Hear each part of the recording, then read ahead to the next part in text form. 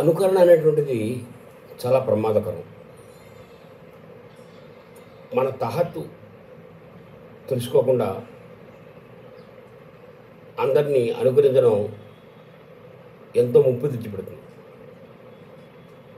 ఈ విషయాన్ని వివరిస్తూ ఒక కవి ఇలా అన్నాడు. ముందుగా శ్లోకం చూద్దాం. దృష్ట్వా బర్హిణ నృత్తం కుక్కుటపాసోపి బర్హిణం మన్యః నృత్యతి అచారు పుచ్చం వితత్య మూర్ఖస్య రీతిరప్యేవం. దృష్ట్వా బర్హిణ నృత్తం దృష్ట్వా నెమలి యొక్క నాట్యాన్ని చూసి, కుక్కుట పాశోపి నీచమైనటువంటి కోడి కూడా, పాశప్రత్యయం నీచార్థంలో వస్తుంది. అంటే నీచమైన కోడి కూడా తన తాహ తెలుసుకోకుండా బర్హిణం మన్యః అంటే ఆత్మానం బర్హిణం మనుతే ఇది బర్హిణం మన్యః అంటే తనను తాను నెమలిగా భావించుకుంటూ పండితం మన్యః అంటారు. ఆత్మానం పండితం మనుతే ఇది పండితం మన్యః. పండితం మన్యః పండితం మాని రెండు అవుతాయి. అంటే మూర్ఖుడు అని అర్థం. పండితం మన్యః అంటే మూర్ఖుడు. శ్రీనాథుల తోడు వాడతాడు.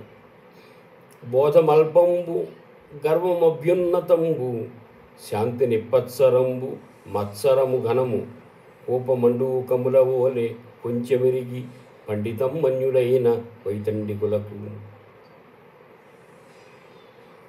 బర్హిణం మన్యః అంటే తను తాను నెమలిగా భావిస్తూ, నృత్యతి అచారు చాలా అసహ్యంగా నాట్యం చేస్తుంటా, పుచ్చం వితత్య తోక ఊపుకుంటూ, మూర్ఖస్య రీతిరప్యేవము మూర్ఖుడు కూడా ఈ విధంగానే ప్రవర్తిస్తాడు లోకంలో అని ఈ పద్యం యొక్క అర్థం. కాబట్టి మూర్ఖుడు తన తాహ తెలుసుకోకుండా అనుకరించలేని వాడితోటి అనుకరించకూడని వాళ్ళని అనుకరిస్తూ తనను తాను అపకీర్తి పాలవుతాడు అని ఈ శ్లోకం యొక్క అర్థం. దృష్ట్వా బర్హిణ నృత్తం కుక్కుట పశోపి బర్హిణం మన్యః నృత్యతి అచారు పుచ్చం వితత్య మూర్ఖస్య రీతిరప్యేవం. కాబట్టి అనుకరించేటప్పుడు ప్రతివాడు తన యొక్క తాహత్తు, తన యొక్క స్థితిగతుల్ని తెలుసుకోవాలి. ఏది పడితే అది, ఎప్పుడు పడితే అప్పుడు అనుకరించకూడదనే విషయాన్ని చెప్పడం కోసం కవి ఈ విషయం చెప్పాడు. నమస్కారం.